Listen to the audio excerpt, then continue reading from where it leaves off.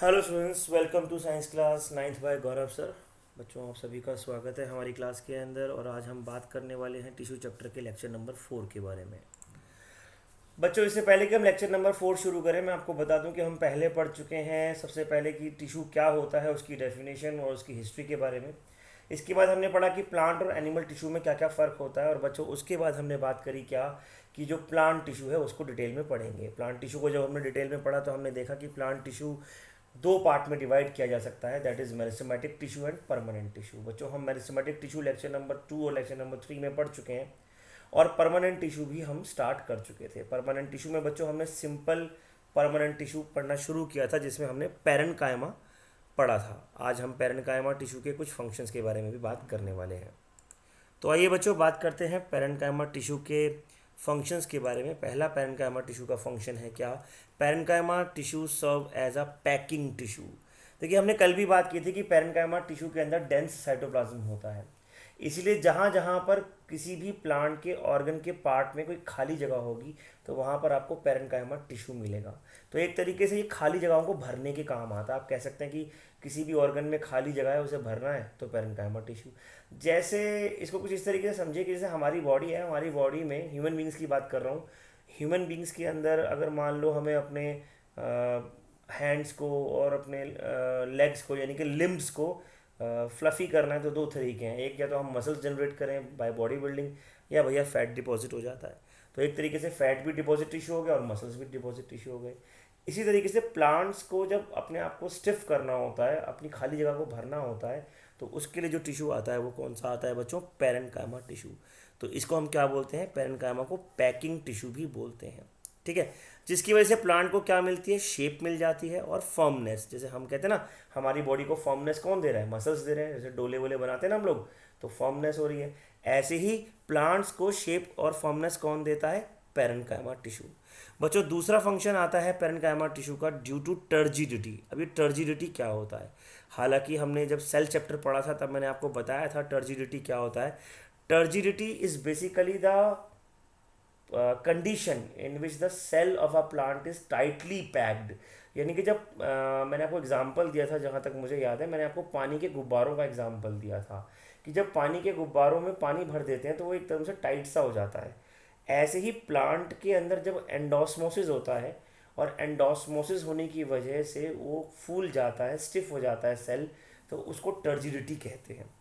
तो हम यहाँ पर क्या बात कर रहे हैं बच्चों? हम पैरेन्काइमा के फंक्शन की बात कर रहे हैं। ड्यू टू टर्जिडिटी और osmosis, endosmosis, parenchyma act as primary support to the stem of plant. बहुत इंपॉर्टेंट बात है, पैरेन्काइमा टिश्यू प्राइमरी सपोर्ट का काम करते हैं। और बच्चों, मैं तुम्हें बता दूं कि यही पैरेन्काइमा टिश्यू मदद करते हैं एक प्लांट के अंदर, इसका नाम होता है छुई मुई। छुई मुई, जिसे हम मिमोसा पुडिका के नाम से भी पहचानते हैं। उसको टच करने पर क्या होता है? उसकी लीव्स ड्रूप हो जाती हैं, नीचे बैठ जाती हैं। वो इसी टर्जिडिटी की वजह से होती हैं। हालांकि डिटेल में हम उसको 10th में पढ़ेंगे, पर फिलहाल हम बात कर रहे हैं कि पैरेन्काइमा टिश्यू में जो सपोर्टिवनेस होता है, जो सपोर्ट होता है, वो प्राइमरी टिश्यू होता है, वो सपोर्ट करने के काम में आता है। तीसरा जो सबसे मेन फंक्शन है, सबसे इम्पॉर्टेंट फंक्शन है पैरेन्काइमा का, वो क्या है? The parenchyma main function is to store and assimilate food. ये फूड को स्टोर करने के काम आता है। और एसिमुलेट का मतलब क्या? यूज़ करने के।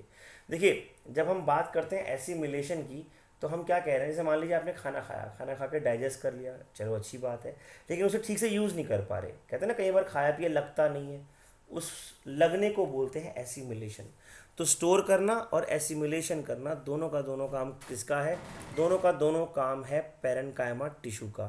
दोनों का दोनों काम है किसका? पैरेन्काइमा टिश्यू का। ठीक है बच्चों, बात करते हैं बच्चों अब फंक्शन नंबर 4 के बारे में। फंक्शन नंबर 4 जैसे कि आपके सामने लिखा हुआ है क्या? Transport of material occur through cells और cell walls of parenchyma cell. इसका मतलब क्या है? देखिए, मान लीजिए मैं आपसे ये कहता हूँ कि दो पैरेन्काइमा सेल्स हैं और उन दोनों के बीच में कोई चीज़ें ट्रांसपोर्ट होनी है, या कहीं से एक जगह से दूसरी जगह पर चीज़ें ट्रांसपोर्ट होनी है, तो वो पैरेन्काइमा के थ्रू ट्रांसपोर्ट होंगी। यानी कि पैरेन्काइमा सेल्स एक तरीके से क्या करेंगे? पैरेन्काइमा सेल्स एक तरीके से कंडक्टिव टिश्यू बनाएंगे। जैसे हमारी बॉडी में जो कंडक्शन का काम होता है ह्यूमन बींग्स के अंदर, वो किसका होता है? वो ब्लड वेसल्स का होता है, या नर्व इम्पल्स जाती हैं, उनका वेसल्स होती हैं, तो अलग अलग ट्यूब्स होती हैं। यहाँ पर वो काम कौन कर रहा है? यहाँ पर वो काम पैरेन्काइमा टिश्यू कर रहा है। अच्छा, एक बात मैं आपको थर्ड वाले पॉइंट में बताना भूल गया था, दोबारा बता देता हूँ। जो पैरेन्काइमा टिश्यू फूड को स्टोर करती है, खास तौर पे फैट या स्टार्च को स्टोर करती है, किसको स्टोर करती है? स्टार्च को। जो पैरेन्काइमा टिश्यू स्टार्च को स्टोर करती है वो पैरेन्काइमा टिश्यू कहलाती है एमाइलोप्लास्ट। क्या कहलाती है? एमाइलोप्लास्ट। याद रखिएगा, बहुत इंपॉर्टेंट है। Amyloplast is a type of a parenchyma tissue. Amyloplast is a type of a parenchyma tissue which helps in the storage of starch. ठीक है बच्चों, खैर, तो फोर्थ पॉइंट क्या था? फोर्थ पॉइंट था कि ट्रांसपोर्ट के अंदर भी पैरेन्काइमा टिश्यू मदद कर रही है। फिफ्थ पॉइंट पर आते हैं, तो parenchyma cells are metabolically active. हमने कल पढ़ा था मेटाबॉलिकली लास्ट लेक्चर के अंदर कि मेटाबॉलिज्म क्या होता है। Metabolism is made up of catabolism and anabolism, यानी कि आपके बॉडी की जितनी भी प्रक्रियाएं हो रही हैं, जो खाना खाना, डाइजेस्ट करना, फिर डाइजेस्ट करने के बाद उसको एसिमिलेट करना, उसको यूज़ करना, सांस लेना, वो सब कहलाता है मेटाबॉलिज्म। अगर हम कभी मान लीजिए कहते हैं कि कमज़ोर होते जा रहे हैं या बॉडी का वेट अचानक से बहुत ज़्यादा बढ़ता जा रहा है, तो डॉक्टर क्या बोलते हैं? डॉक्टर बोलते हैं कि आप अपना BMR चेक करवाइए। BMR मतलब बेसल मेटाबॉलिक रेट। तो मेटाबॉलिज्म पूरी बॉडी का एक तरीके से गैसेस एक्सचेंज वगैरह का फंक्शन होता है। तो parenchyma cells are metabolically active, मतलब इनका मेटाबॉलिज्म बहुत बढ़िया होता है, और बहुत बढ़िया होने की वजह से इनका गैस एक्सचेंज भी बहुत अच्छा होता है। देखिए, जिन लोगों को सांस अच्छा आता है, अच्छा सा मतलब ये नहीं कि सुंदर सांस आ रहा है या महकता हुआ सांस आ रही है, मतलब कि जिनकी सांसों में ज़्यादा दिक्कत नहीं है सांस लेने में। अब तुम कहोगे सर सांस लेने में दिक्कत मतलब अस्थमा? नहीं, कई बार ऐसा होता है कि हमें पता ही नहीं चलता कि हम सांस ठीक से ले पा रहे हैं नहीं ले पा रहे हैं। जैसे जो ब्रीदिंग होता है वो दो पार्ट में डिवाइड होता है बच्चों, एक एक्सहेलेशन और एक इनहेलेशन। इनहेलेशन मतलब सांस अंदर लेना, और एक्सहेलेशन मतलब सांस बाहर छोड़ना। तो जब हम सांस की बात करते हैं तो 1 मिनट में लगभग 12 से 13 बार सांस लेते हैं।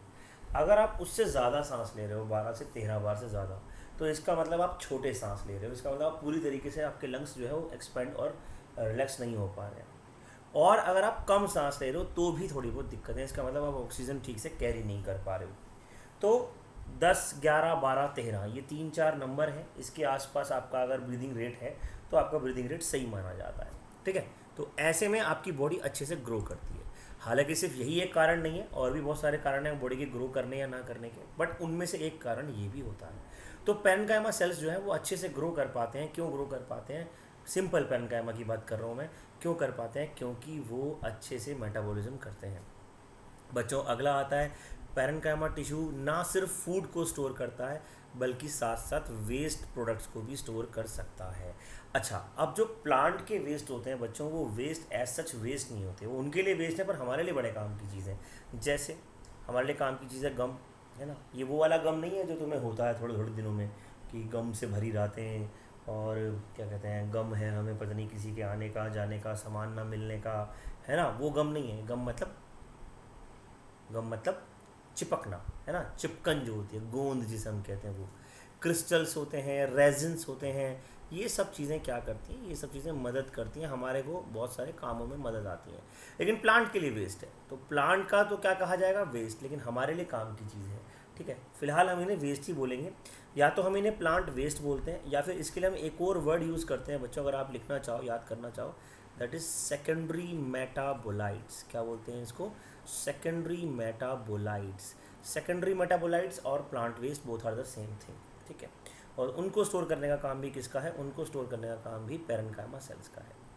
अब आपने एक वर्ड सुना होगा, क्लोरोप्लास्ट। क्लोरोप्लास्ट वो होता है जो प्लांट सेल्स में पाया जाता है, जिससे प्लांट्स फोटोसिंथेसिस करते हैं। तो 7th पॉइंट हमारे पास आता है फंक्शन ऑफ पैरेन्काइमा सेल्स का। Chloroplast is present in parenchyma tissue called क्लोरेन्काइमा। देखो, अभी तक हमने 2 तरह के पैरेन्काइमा पढ़े। एक हमने पढ़े कौन से? एमाइलोप्लास्ट, आप यहाँ देख सकते हैं, this one, this is amyloplast. और एक हमने पढ़े कौन से? क्लोरेन्काइमा। एमाइलोप्लास्ट का क्या काम था? स्टोर ऑफ स्टार्च, स्टार्च को स्टोर करने का। और क्लोरेन्काइमा वो टिश्यू है जिसमें क्या मिल रहा है? क्लोरेन्काइमा वो टिश्यू है जिसके अंदर क्लोरोप्लास्ट मिल रहा है। तो chlorenchyma is the tissue in which chloroplast is found and these chloroplast are helpful in photosynthesis. हमें पता है, हम 6, 7, 8 से पढ़ते आ रहे हैं, क्लोरोप्लास्ट जिसमें क्लोरोफिल होता है वो क्या काम करता है, फोटोसिंथेसिस, यानी कि लाइट की प्रेजेंस में प्लांट का फूड बनाता है। अच्छा, ये कहाँ पर मिलता है, लीव्स के अलग अलग पार्ट होते हैं, लीफ बेस, लीफ टिप, ऐसी लीव्स के मीजोफिल में मिलता है। तो आपको 3-4 वर्ड्स याद करने पड़ेंगे बच्चों, that the chloroplast is a type of a parenchyma tissue, that chloroplast जो है वो क्या है, वो पेरेन्काइमा टिश्यू का पार्ट है और इसको क्लोरेन्काइमा कहते हैं। तो ऐसा पेरेन्काइमा जो क्लोरोप्लास्ट रखता है वो क्लोरेन्काइमा है। ऐसा पेरेन्काइमा जिसके अंदर हमें क्या मिल रहा है, क्लोरोप्लास्ट मिल रहा है, उसको हमने क्या नाम दे दिया, क्लोरेन्काइमा। और वो कहाँ पर मिलता है, वो लीव्स के मीजोफिल्स में सबसे ज़्यादा मिलता है, और भी जगह मिलता है लेकिन लीव्स के मीजोफिल्स में सबसे ज़्यादा मिलता है। ठीक है बच्चों, तो हमने दूसरे टाइप के पेरेन्काइमा पढ़े, पहले एमाइलोप्लास्ट और दूसरे क्लोरेन्काइमा। अब आते हैं तीसरे टाइप के, इन हाइड्रोफाइट्स। हाइड्रोफाइट्स यानी कि एक्वेटिक प्लांट। जैसे मैंने लास्ट टाइम पे आपको बताया था जीरोफाइट्स। जीरोफाइट्स वो होते हैं जो रेगिस्तानी डेजर्टिक प्लांट्स होते हैं, हाइड्रोफाइट्स वो होते हैं जो एक्वेटिक प्लांट्स होते हैं। और बच्चों क्या तुम लोग जानते हो लैंड पे मिलने वाले प्लांट्स को क्या बोलते हैं? तो बच्चों मैं आपको बता देता हूँ, लैंड पे मिलने वाले प्लांट्स को बोलते हैं मीजोफाइट्स। क्या बोलते हैं? मीजोफाइट्स। तो हाइड्रोफाइट्स पानी वाले, जीरोफाइट्स रेगिस्तान वाले, और नॉर्मल मिट्टी में मिलने वाले मीजोफाइट्स। ठीक है, ऐसे ही एक और वर्ड आता है, कभी कभार जीके में भी पूछा जाता है, जो पहाड़ों पे बर्फ के आसपास प्लांट मिलते हैं, जो ट्रीज मिलते हैं, कॉनिकल ट्रीज होते हैं ना, जैसे क्रिसमस ट्रीज होते हैं ऐसे वाले, उनको बोलते हैं एल्पाइन, ALPINE, एल्पाइंस। ठीक है, तो बच्चों प्लांट्स की भी अलग अलग कैटेगरीज होती हैं। एनी हाउ, तो हाइड्रोफाइट्स जो प्लांट्स होते हैं, जैसे कि एक हाइड्रोफाइट है बड़ा कॉमन, वाटर हाइकेंथ, एक है हाइड्रिला। हाइड्रिला तो बहुत ही इंपॉर्टेंट है, अगर कोई पूछता है नेम वन वाटर प्लांट या एक्वेटिक प्लांट या हाइड्रोफाइट, तो आप क्या नाम बताओगे? हाइड्रिला। ठीक है, लार्ज एयर कैविटीज़ होती हैं इनके अंदर। अच्छा, अब इनके अंदर एयर कैविटीज़ क्यों होती हैं, इसको समझते हैं। देखिए होता क्या है, मान लीजिए मैं आपसे ये कहता हूँ कि हमारे पास कोई नदी है या कोई पानी जहाँ पर लेक वगैरह है वो जगह है। अब जैसे आपने देखा होगा लोटस, तो लोटस में क्या होता है, लोटस में बेसिकली जो लोटस प्लांट होता है, जो लोटस प्लांट होता है उसका जो फ्लावर होता है वो इस तरीके से पानी के ऊपर होता है ना। और उसकी जो लीव्स होती हैं थोड़ी बड़ी बड़ी सी लीव्स होती हैं ना, वो कुछ इस तरीके से, कमल का फूल, कभी मत भूल। कौन सी पार्टी का निशान है ये कमल का फूल? बीजेपी का निशान है। तो ये जो ग्रीन लीव्स आप देख रहे हो, ये ऊपर क्यों तैर पा रही हैं? क्योंकि इन लीव्स के अंदर क्या है बच्चों, इन लीव्स के अंदर थोड़ा थोड़ा सा क्या रखा हुआ है, एयर स्पेस रखा हुआ है। इस एयर स्पेस की वजह से ही, इस एयर स्पेस के प्रेजेंट होने की वजह से ही ये लीफ तैर पाती हैं। तो हम क्या बात कर रहे हैं, हम बात कर रहे हैं कि जो क्लोरोप्लास्ट है, सॉरी जो हाइड्रोफाइट्स हैं, जैसे कि हाइड्रिला और वाटर हाइकेंथ, इनके अंदर क्या प्रेजेंट है, इनके अंदर एयर स्पेस प्रेजेंट है। क्या प्रेजेंट है बच्चों? एयर स्पेस प्रेजेंट है, जिसकी वजह से ये क्या कर सकते हैं, इनको बॉयंस मिलता है, यानी कि ये पानी में डूबते नहीं हैं, पानी के ऊपर तैरते हैं, जैसे कि लोटस। और इस तरह के पेरेन्काइमा को बोलते हैं क्या? एरेन्काइमा। तो हमने बच्चों 3 तरह के अभी तक हमने बात करी है, किसके बारे में? 3 तरह के पेरेन्काइमास के बारे में बात करी है। हमने बात करी है किस किस के बारे में? क्लोरेन्काइमा जो कि फोटोसिंथेसिस से रिलेटेड है, क्लोरेन्काइमा। हमने बात करी है एरेन्काइमा, एरेन्काइमा। और हमने बात करी है क्या? एमाइलोप्लास्ट, जो कि स्टोरेज में मदद कर रहा था, एमाइलोप्लास्ट। तो ये तीनों किसके टाइप हैं? ये तीनों पेरेन्काइमा टिश्यू के टाइप हैं। ये सारी बातें बच्चों हमने इसके अंदर अभी तक पढ़ी हैं। ठीक है बच्चों, इसके बाद last but not the least, जैसे कि मैंने बताया जीरोफिटिक प्लांट्स, अभी हम बात ही कर रहे थे जीरोफिटिक प्लांट्स के बारे में। तो जीरोफिटिक प्लांट्स कौन से होते हैं? जीरोफिटिक प्लांट्स होते हैं जो कि एरिड यानी कि डेजर्टिक यानी कि कम पानी वाले रीजन्स में मिलते हैं, जैसे कि सक्लेंट्स, जैसे कि कैक्टस। ठीक है, तो ये जीरोफिटिक प्लांट्स हैं। ये भी क्या करते हैं, ये भी स्टोरेज में मदद करते हैं, लेकिन ये किस चीज़ का स्टोरेज करेंगे बच्चों? ये वाटर का स्टोरेज करेंगे। ऑफ कोर्स क्योंकि वहाँ पर पानी कम है, तो पानी कम है तो क्या स्टोर करेंगे? पानी ही स्टोर करेंगे, है ना। तो इस तरीके से पेरेन्काइमा के ये फंक्शंस हुए बच्चों। एक बार आप ये फंक्शंस ठीक से नोट करेंगे, हालांकि मैं आपको आज नोट्स भेज दूंगा, आपके जिन जिन बच्चों ने मुझे कमेंट करा हुआ है और बताया हुआ है कि उन्हें नोट्स चाहिए, उनको मैं नोट्स भेज दूँगा उनके व्हाट्सएप नंबर पे, या फिर जो हमने ग्रुप बनाए हुए हैं उन पर, हमारी ऐप पे। बाकी बच्चे भी अगर चाहते हैं तो मुझे बता देंगे, उन्हें नोट्स मिल जाएंगे। तो इस तरीके से ये आपको कॉपी करने हैं बच्चों, और ये सारे फंक्शंस समझने हैं किसके, पैरेंट कायमा के फंक्शंस के। तो बच्चों पैरेंट कायमा के बाद हमारे जो अगला सिंपल परमानेंट टिश्यू प्लांट्स के अंदर आता है, उसको हम बोलते हैं कौन सा, कॉलन कायमा। क्लोरिन नहीं, कॉलन, COLLEN, कॉलन कायमा, याद रखिएगा। मैं आपको डायग्रामेटिकली भी समझाने की कोशिश करूंगा और वैसे भी बताऊंगा दोनों में क्या फ़र्क होता है और क्या होते हैं कॉलन कायमा। आइए इसको समझते हैं। सबसे पहले कॉलन कायमा के नेचर की बात करते हैं। देखिए कॉला वर्ड जो आता है वो वर्ड आता है ग्लू से। तो colon word KOLL Greek word है जिसको हम बोलते हैं ग्लू, यानी कि चिपकन, यानी कि आपस में चिपके हुए होते हैं। ऐसा नहीं कि ये गम बनाएंगे, ये चिपके हुए आपस में बिल्कुल एकदम टाइटली पैक्ड है। तो इन्हें हम कहते हैं क्या, कॉलन कायमा। This also consist of living cells, ये भी लिविंग होते हैं। एंड इट शोज मैनी क्या, फीचर्स ऑफ पैरेंट कायमा, बहुत सारे पैरेंट कायमा जैसे ही फीचर्स दिखाते हैं। लेकिन इनकी खास बात क्या होती है बच्चों, इनकी खास बात होती है कि इनके सेल्स के कॉर्नर्स में सेलुलोज डिपॉजिट होता है। इनके सेल्स के कॉर्नर में सेलुलोज डिपॉजिट होता है।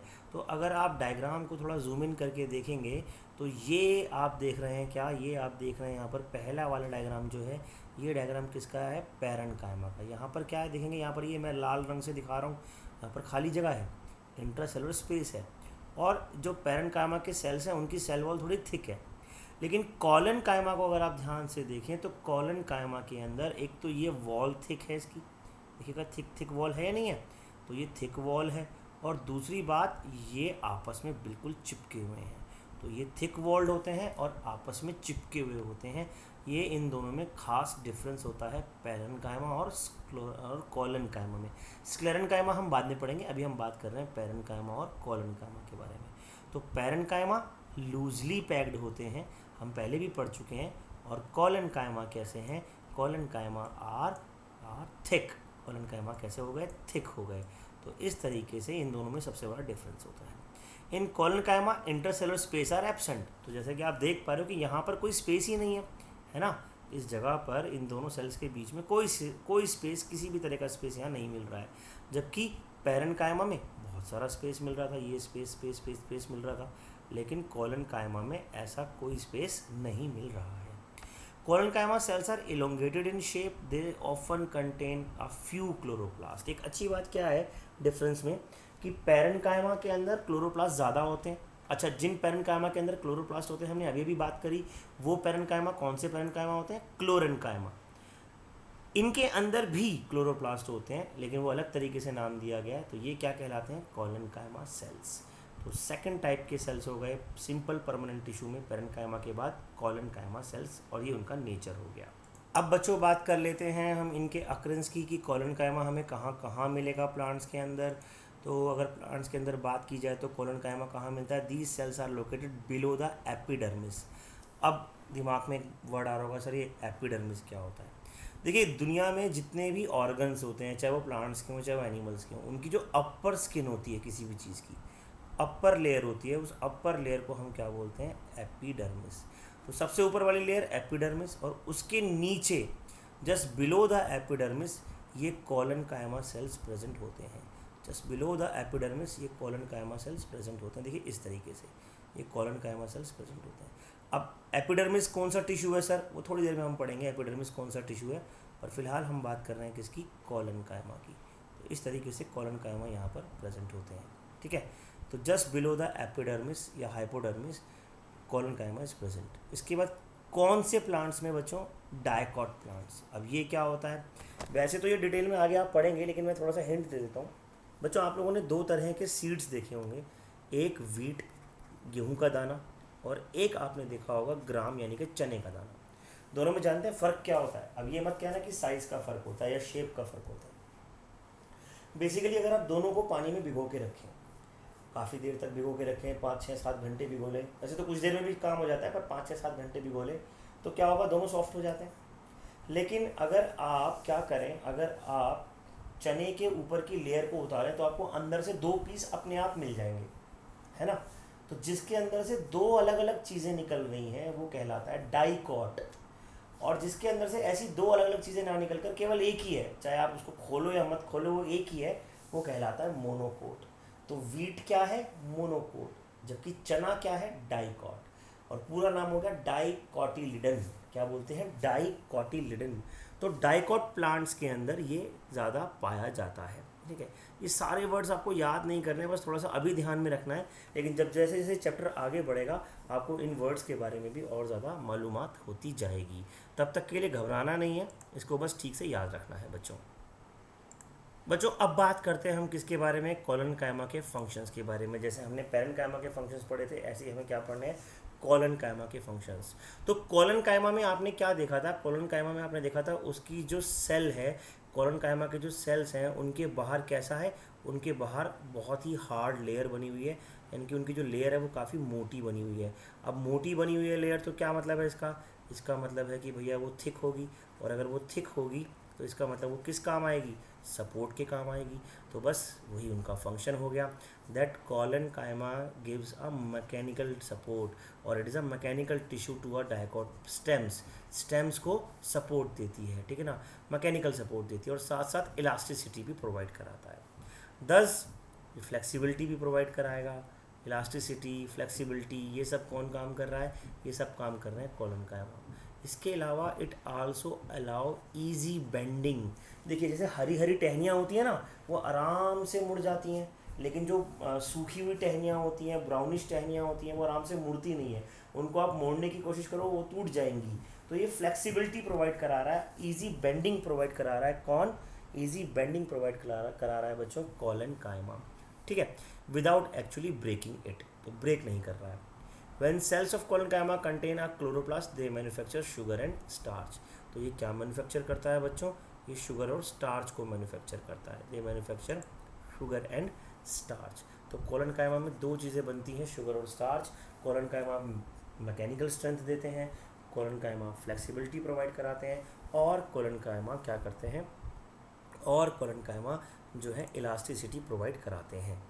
तो बच्चों इस तरीके से हमने क्या करा है अभी तक? परमानेंट टिश्यू के अंदर हम सिंपल परमानेंट टिश्यू के बारे में बात कर रहे थे, जिसमें हम अभी तक पढ़ चुके हैं बच्चों किसके बारे में? पैरेन्काइमा टिश्यू के बारे में और कोलनकाइमा टिश्यू के बारे में। अब हमारा नेक्स्ट टॉपिक होने वाला है क्या बच्चों? Sclerenchyma tissue.